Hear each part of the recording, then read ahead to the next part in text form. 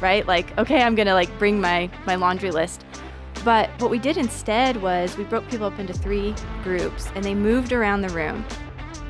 Hi there. Welcome to the second part of my conversation with Nicole Lindquist from the Iowa West Foundation, where we're going to unpack how the Imagine Hours actually unfolded and some of the great insights that we found along the way. So I'm excited for you to hear more about this. Let's jump in. So, okay, Nicole, we've been like dancing around this. Hopefully people are like, what the heck was this project? Like, what are they talking about? RFPs and stuff like that. So if you're still hanging with us here, what did you ask for and what happened? You unpack it a little bit.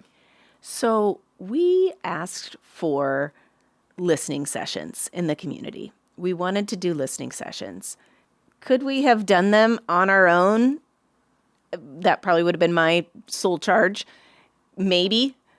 But I feel like we wanted them to not be dull, boring.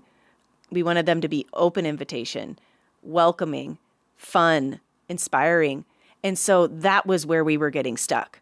We can hold a listening session. I can plan an event and get the tables and chairs. We wanted this to stand out because it was a new venture that we were trying, and we wanted people to take notice and to feel welcomed. And your run-of-the-mill, typical people that attend these types of things, we wanted more than that. We wanted to absolutely have those folks that are invested, but not have to be connected to anything to be able to come. And that's where we really needed more brain power from creative people. And we felt like you guys would be a great fit to help us think and develop that. And so that's sort of why we called what we wanted more than what we could do on our own. And we can get into it, but you guys delivered. Yeah, thank you. We can talk about your process and all of that. I loved the process. Awesome. So this comes across this RFP. We have conversations, and essentially, here's what's happening in my brain, Nicole.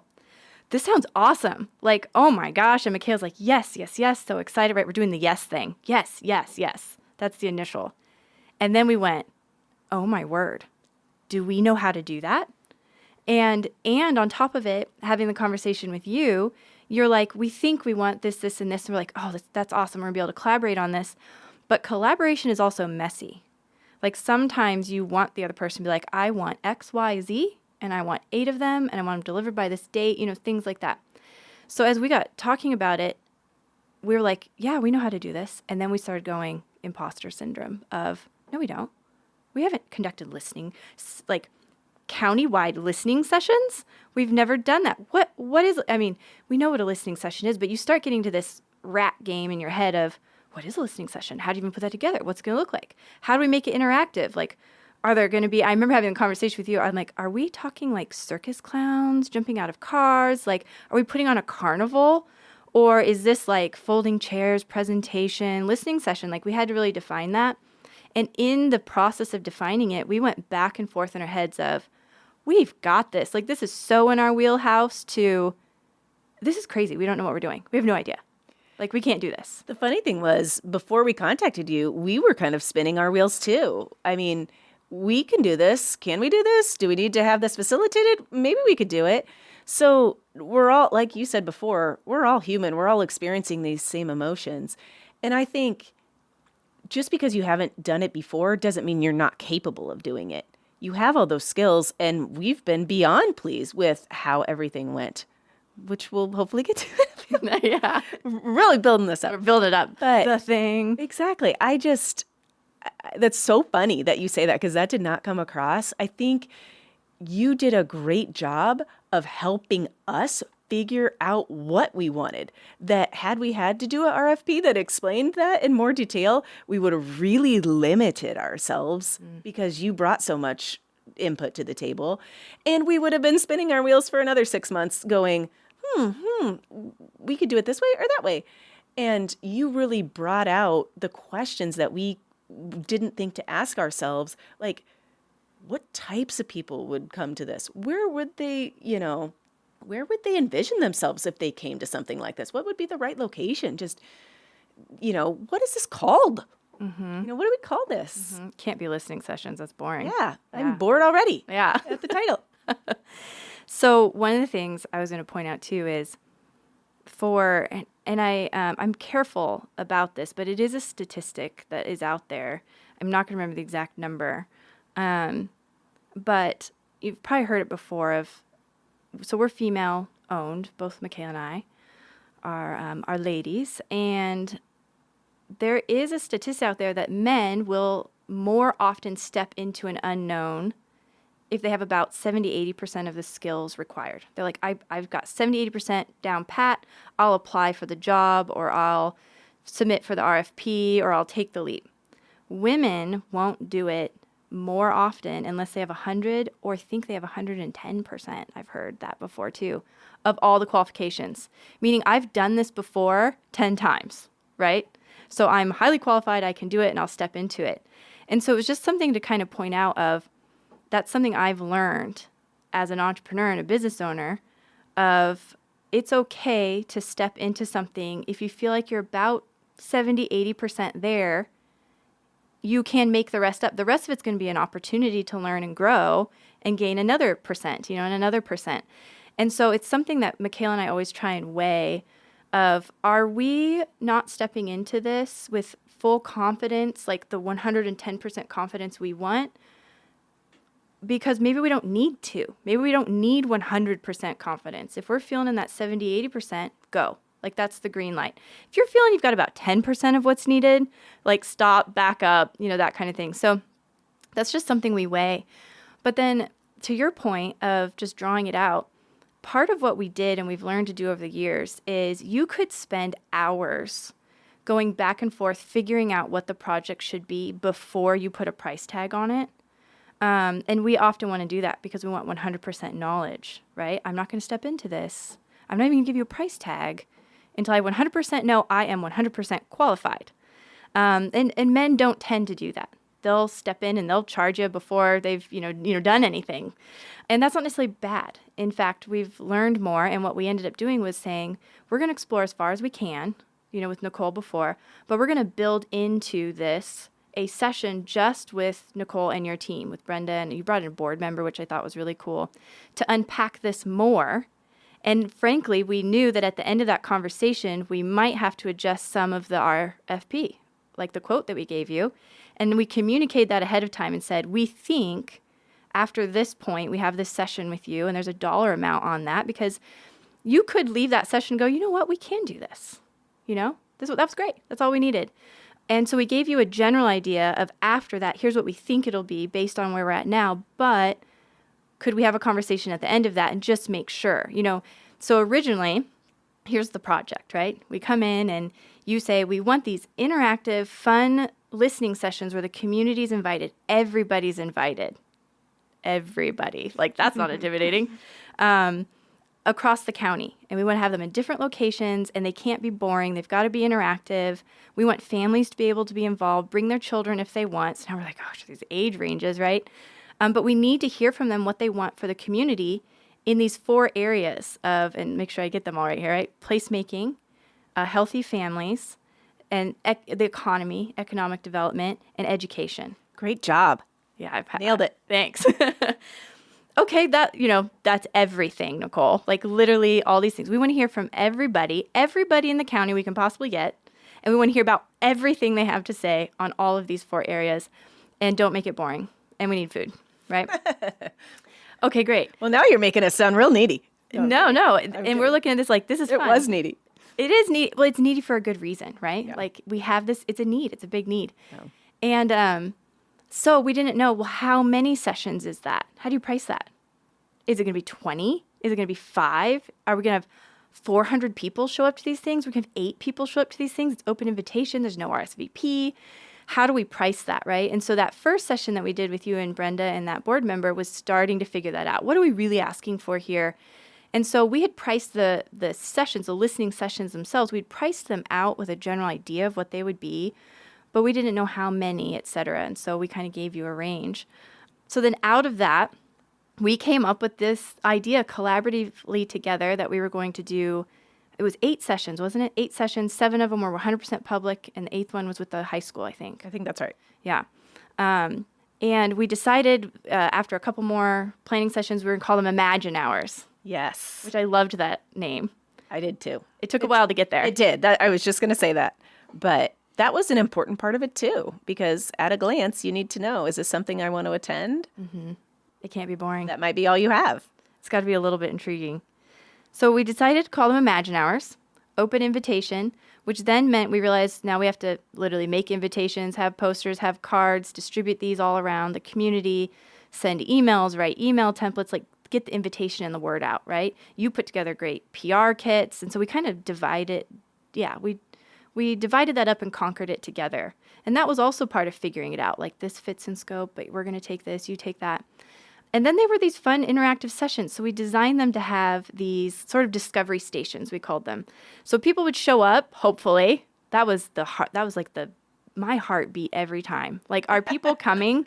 You and me both. I'm not the popular kid, so I'm like, I don't know. Michaela throws great parties, everyone comes. I throw a party, like we don't know who's coming.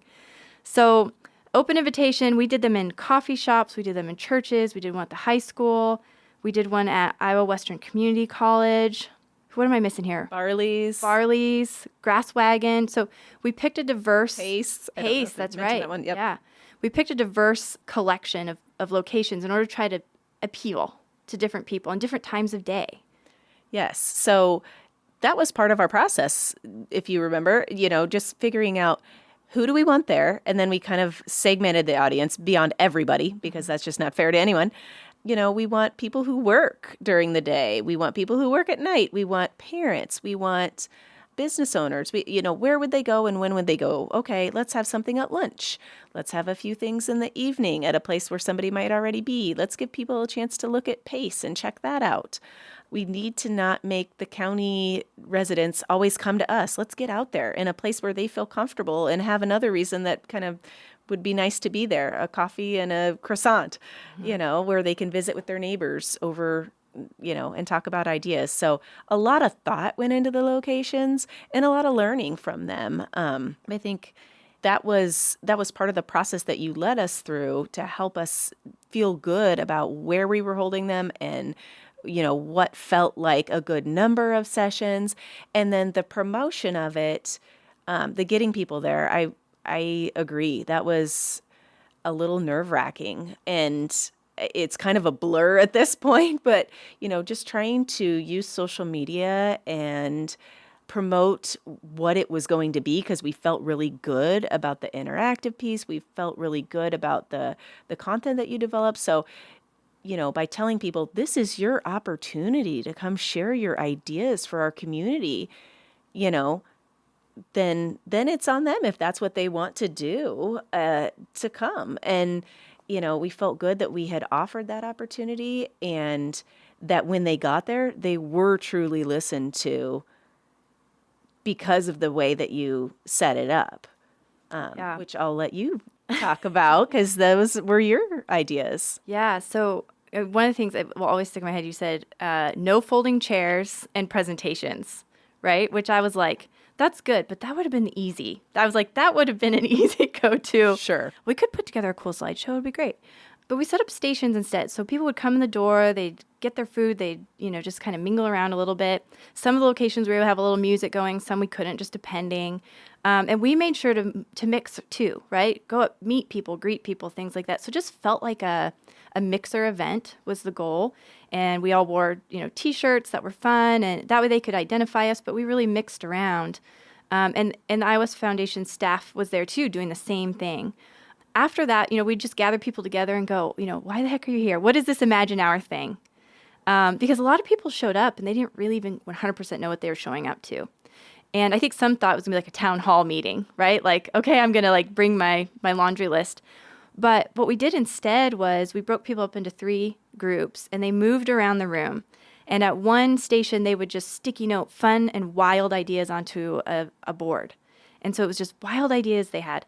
Then at another station, they would drop cards into buckets about, these are things I need. Like, I have to have these in order to have a quality life in this community, or I think people need this to have a quality life in this community. And then the third station was a little bit of time of more inner reflection and just sort of jotting down thoughts and ideas, or doing a little more interview process as a small group around the table, and there were questions to prompt that.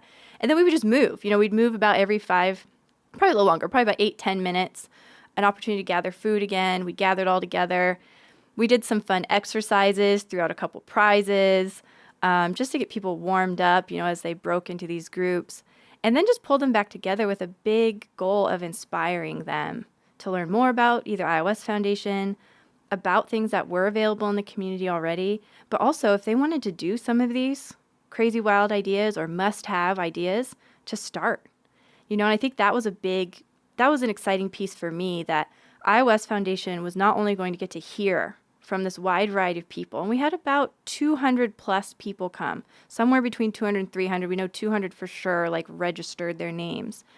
That's a decent cross-section of people, especially going into it not knowing if we were going to have 8 people show up to these things, right?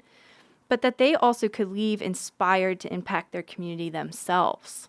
So I just love that it was kind of this dual inspiration and collecting of information could come out of it.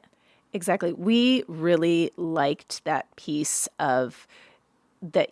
It was better said coming from you than us, honestly. And that was another great part of having facilitators, that you don't need necessarily and can't rely on a foundation to do all of these things, because the thousands of ideas that came out of it.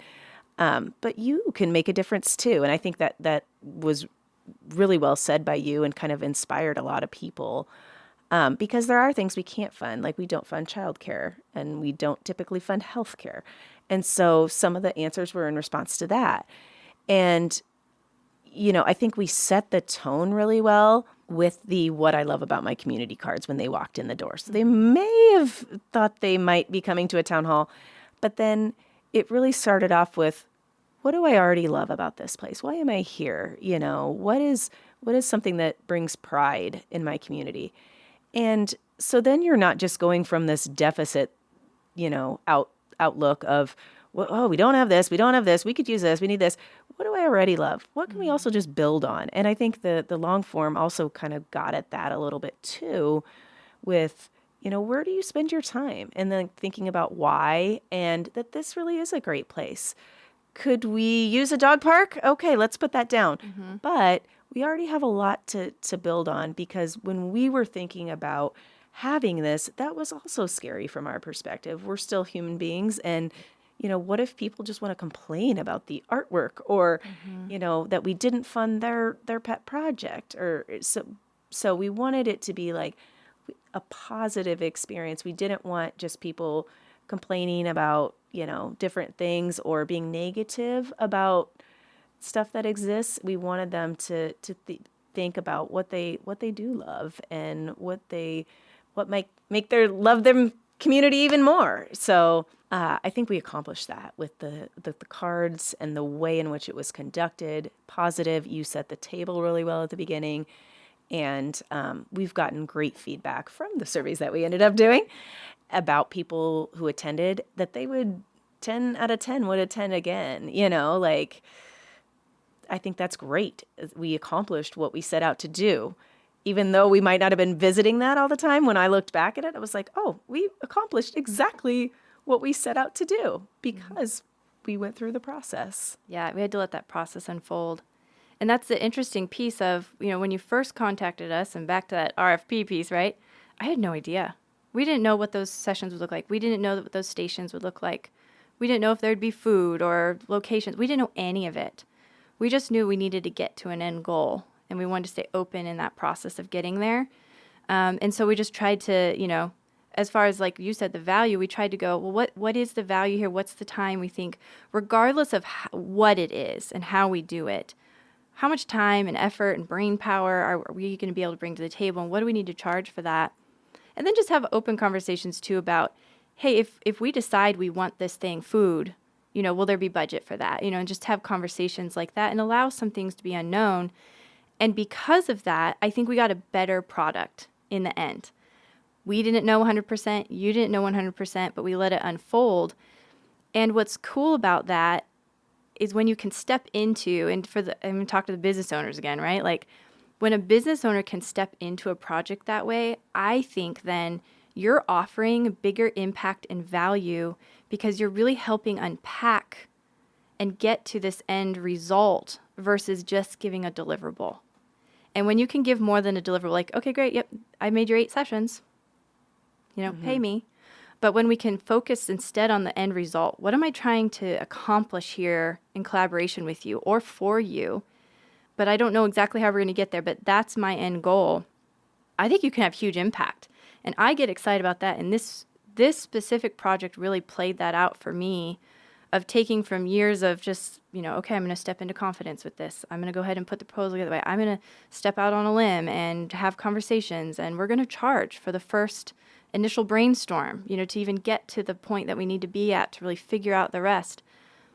I am just excited how it all played out then, and to go, yeah, when you do that, it proves out that you as a business owner can bring so much value in that way when you're not being, worried for one thing, too fearful to even step into it to begin with. What if we'd said no? I look at that and I'm like, we wouldn't have had this opportunity to see our community grow. And that can be true of any type of business. It doesn't have to be a community-wide project. What impact, by letting fear get in the way, what impact are you withholding is a different way to look at that, right? Very true. I think I read to my daughter about confidence sometimes and just helping girls to grow to be confident.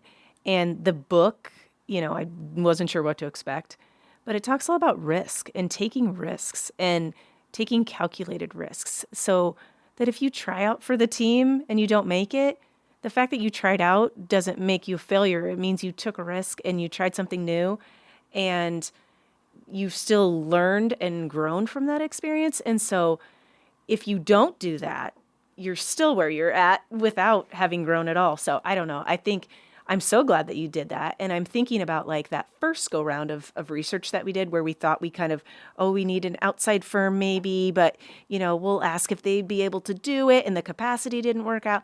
I think about the way in which you approach projects, to me, makes me think that you could have helped us out with that, even though research might not be your expertise area.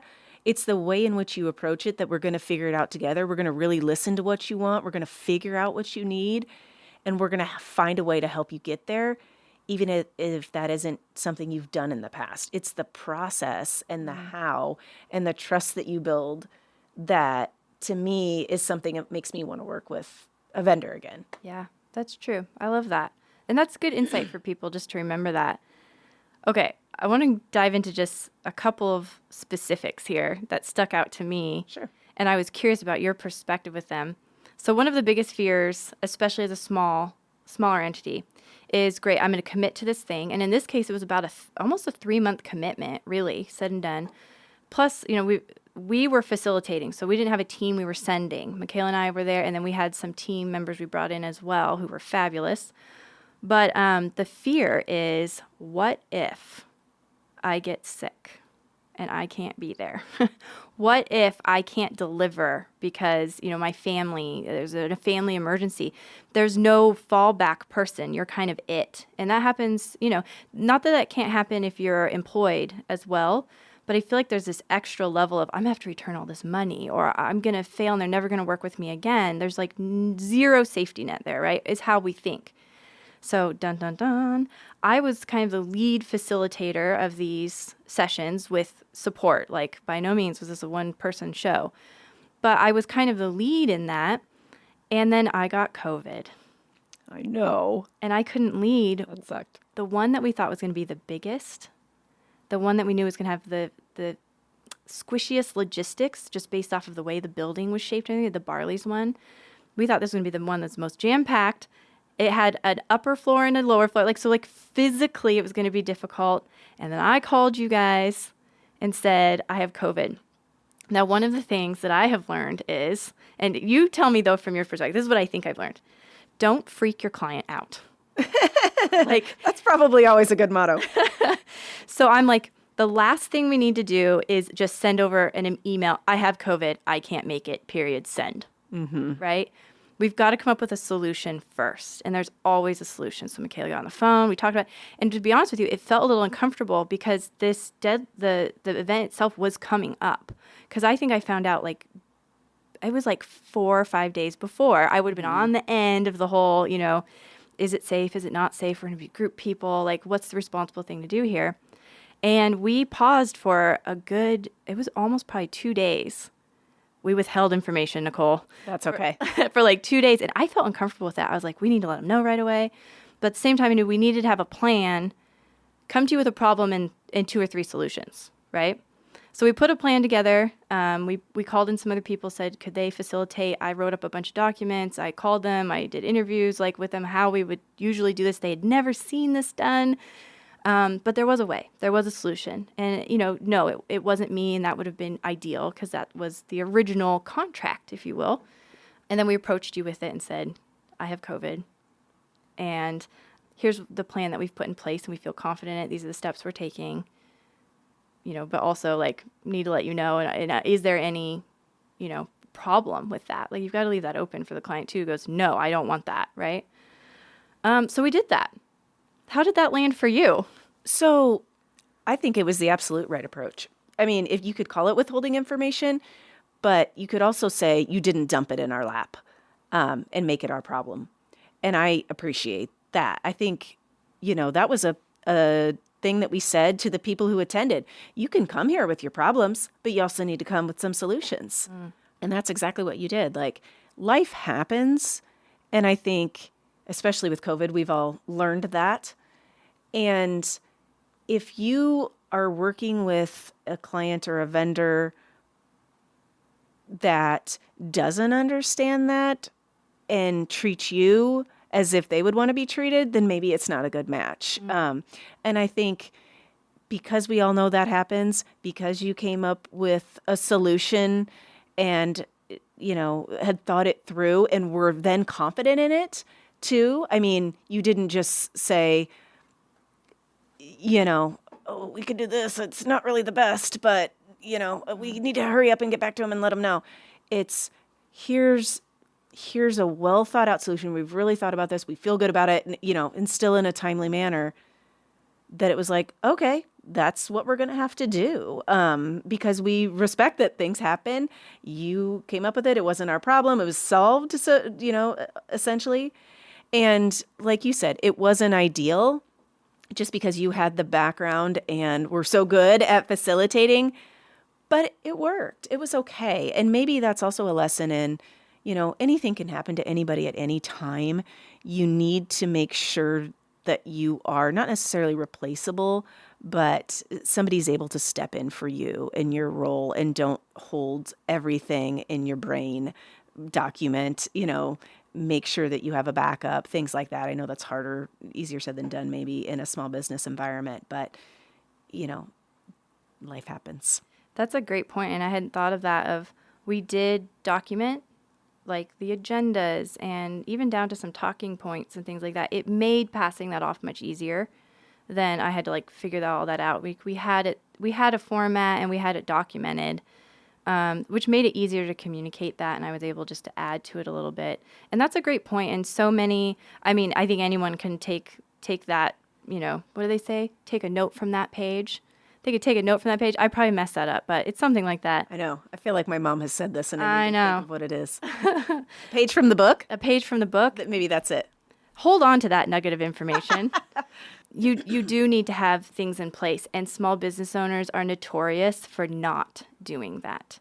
And, everyone uses, what if you got hit by a bus? And it's like, well, I've got so many other things to think about.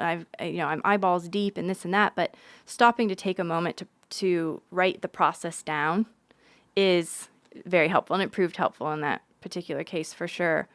One other thing that came up for me as I was thinking about this project was we also did a Spanish speaking session. Yes. So I thought that was what we did. Sí. Yes. That's the extent of my Spanish right there. And that was about the extent of mine too.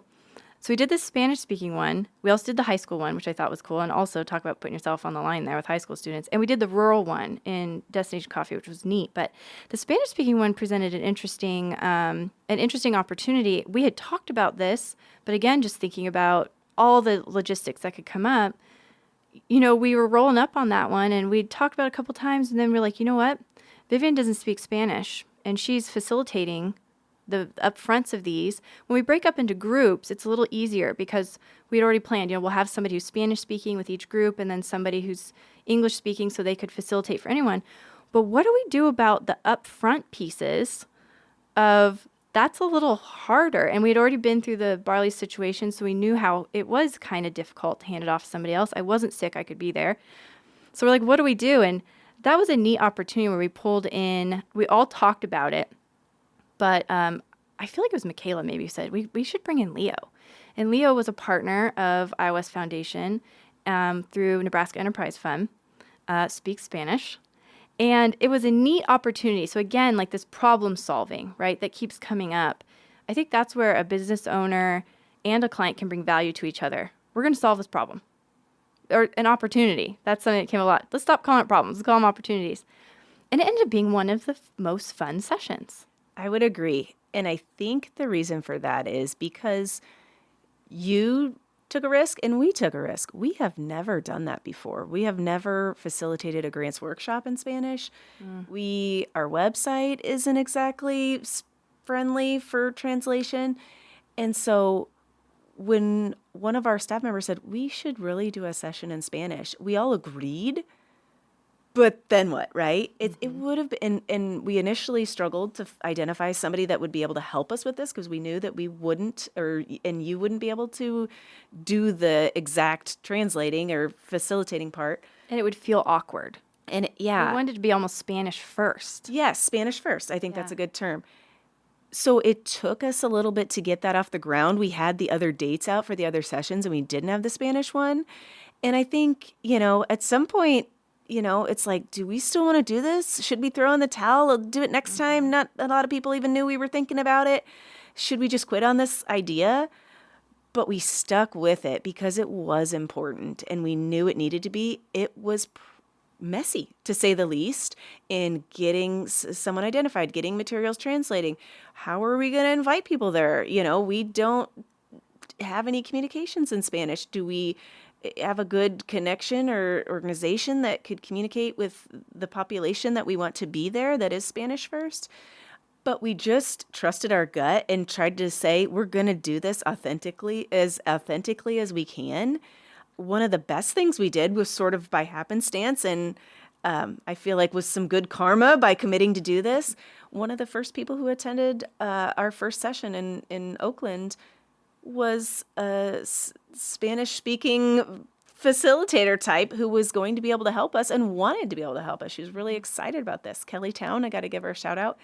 She was so helpful and had authentic connections to the communities that she'd served through her nonprofit work that she was able to be a trusted voice to that community and to invite them to something that she was supporting. And to me, that was the biggest learning is we don't have a lot of trust or, established relationships with Spanish-speaking individuals in our community because we haven't really tried.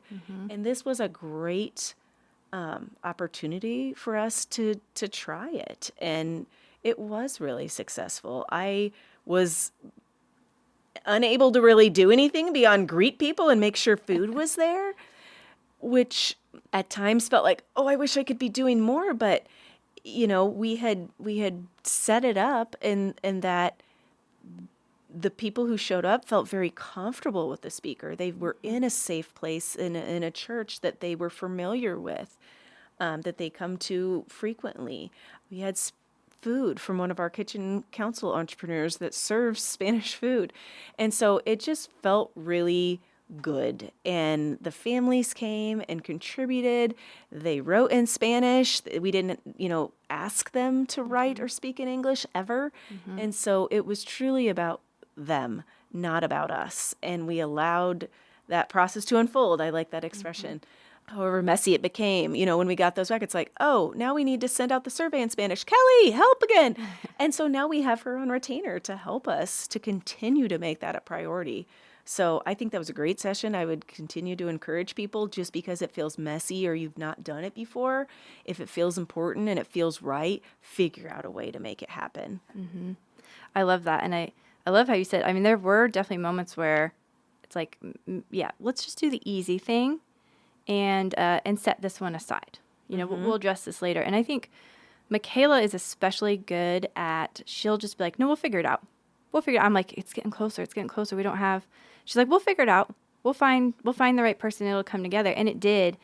And frankly, I think it was better, to your point, that we didn't have it figured out at the beginning, because you never know those connections, right?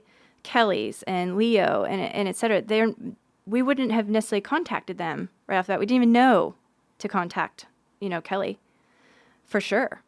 And so just trusting it. And I think as people in general, like, we have to sometimes just trust the process as entrepreneurs, especially, or for people thinking about it, or for someone like in your position who you're not a traditional entrepreneur or business owner, but you had to step out in that spirit of, I don't know, I'm just going to solve this problem and then, we'll tackle the next thing, but I'm not going to let that stop me from getting what I want. Yeah. And so many people sit on the fence and go, I don't know if I could start a business. What about this? What about, I don't have it all figured out. Or the business owner goes, I don't know if I could take on that project. I don't have it all figured out. And in your case, like, I'm on a team and I'm, running this department, the communications department. I don't know about that. So, maybe we won't. So I just love that there's that commonality. And sometimes I think it can get amplified when you're owning the business, but that's still very much the same human experience that everyone's having to go through. And when you do embrace it, like, look what happened. I mean, I think about, to reflect from my perspective, 8 successful listening sessions, well attended, every single one of them well attended. None of them were like, oh man, that was a bomb. Such interesting perspectives from so many people. I know on the one station low, it's over 3,000 ideas, and there were 3 stations. So, figure that out, right? And then the follow-up sessions that we had after the big community-wide ones, where we had with experts, boots on the ground people, that we did 4 of those afterwards. That was another thing that we realized halfway through the project, like, hey, we need to do these things. To see all of that, and then to hear the community start talking about everything that has been going so well. So I just hate to think about if any one of us had not stepped into that at any point, what would have been lost and left on the table. And I love to approach our business philosophy that way, of let's solve this problem. And it's really cool to get to have seen it from beginning to end, because we don't always get to see that.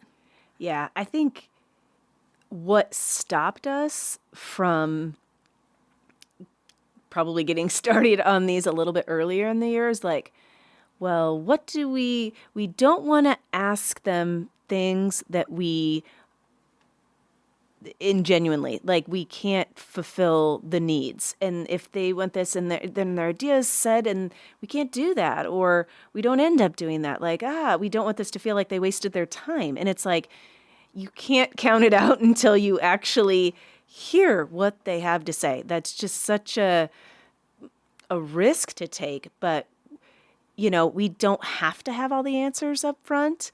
And now that we have gotten that first round of data, we've worked through the work groups helping us to analyze it and get the whys and the what's important to look at as we evaluate projects, we're realizing that we are fulfilling many of these things. This is what's needed. Now we know we can present that to our board and sort of think through what the community has said. We don't have to have the answers before we've asked the question. And I think that was scary because we just didn't want people to think that we weren't, following through. But we can't know until we ask the question. So we just need to start there and take the leap. I love that, which I think we'll probably end on. Like, that was the beautiful part. And I'm so excited it came out in this conversation of, yeah, you can't know till you ask the questions.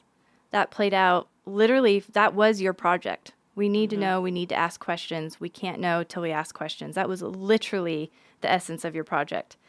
Out of it came all these opportunities for us all to say, I don't know. Oh, that's okay. I'm going to ask questions. We'll figure it out. And then we're going to know for the future, which was a huge value to us as a business to learn and grow from. But then again, I just think it was totally worth it. It's so worth it because of the impact that had on the community. So, and not just to us, but we've had so many groups and individuals and towns asking us to come out there next time, but also organizations that are saying, hey, can we get some access to that data? What a wonderful thing you did. Because it was really authentic. Nobody ever asked us for this in the past.